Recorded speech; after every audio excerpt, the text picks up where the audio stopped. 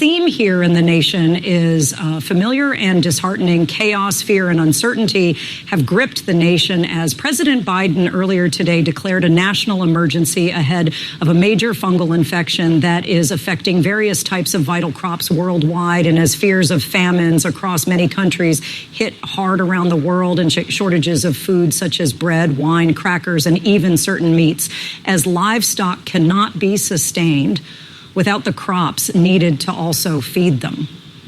Across the country, several grocery store chains have had to raise prices up 400% for everyday food such as eggs, milk, and bread as a response to the dwindling supplies available. Many state governors today are issuing curfews due to major looting and civil unrest taking place in the populated areas.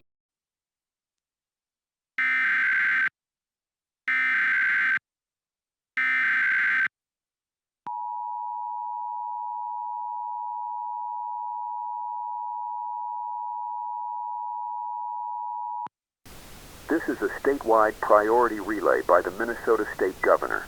With the national emergency in effect, a statewide curfew has been put into effect tonight, here on out until further notice, with the time frame to begin at around 9 p.m. to 6 a.m. to combat widespread civil unrest in numerous metropolitan areas statewide. It is within your best interest to observe this curfew.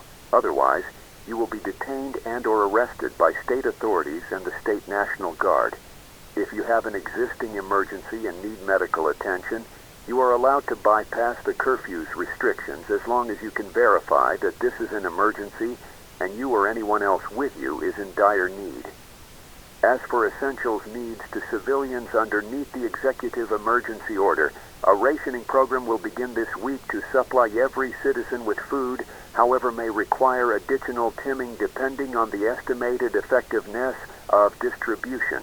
Please allow up to 1 to 2 days for each new ration care package to be delivered to you and utilize the supply sparingly. As for other functions of the public, schools and non-essential businesses will remain closed indefinitely and will be shifting to virtual remote operations. In these struggling times, we will be dedicated to assistance and relief for the public as best as we can and as safely as we can. Thank you, take care, and remain safe and civil.